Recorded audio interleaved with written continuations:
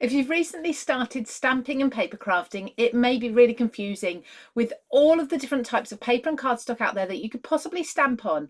And then there's things like stamping cardstock. Do you really need to buy specific stamping cardstock? Let's see if something you've got in your stash will work just as well and what really won't work. Now, in a previous video, we have gone through the stamping platform and why you need one. So now let's move on to paper. I've got three different types of white cardstock here that I would potentially stamp on. And I'm going to explain to you why any one of these is better than another. So I have got here a watercolor cardstock, and this has a slight texture on it. I have a super glossy paper or cardstock. This is a bit like your photo paper or your Yupo alcohol ink paper. And then I also have some super smooth cardstock. Now, of the three of these, the super smooth is the one I would automatically reach for, and this is all to do with texture.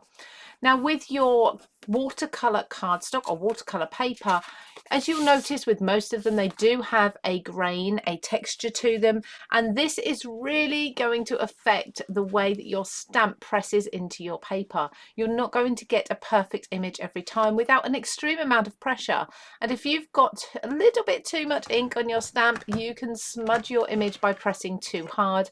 You're not going to get a beautiful result.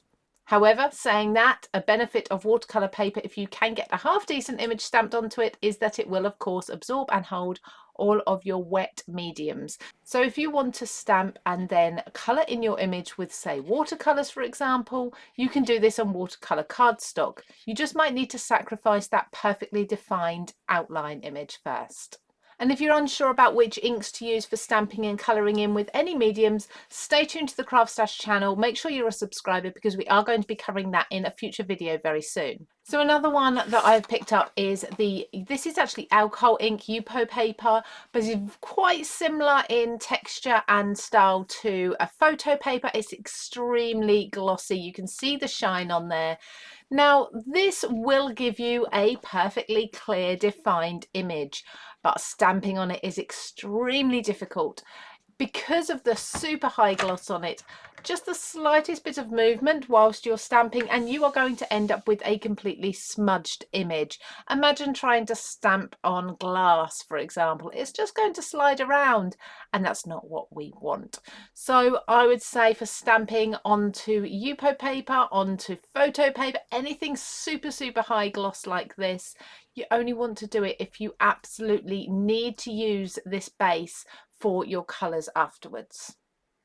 So that brings me to my go-to, and this is super smooth cardstock.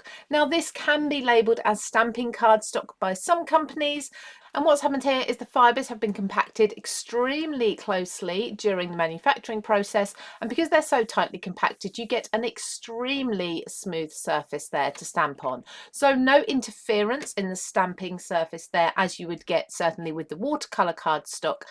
And these smooth cardstocks tend to hold things like your alcohol inks, even an amount of watercolour really quite well. So this is why smooth stamping cardstock is my go-to. You'll find this linked in the description below as well if you want to pick some up for your stash. But then what about coloured cardstock? Now, at first glance, a lot of coloured cardstock appears to be quite smooth and okay for stamping on. And the truth is, very often on one side, they're relatively smooth and you can get a really good image.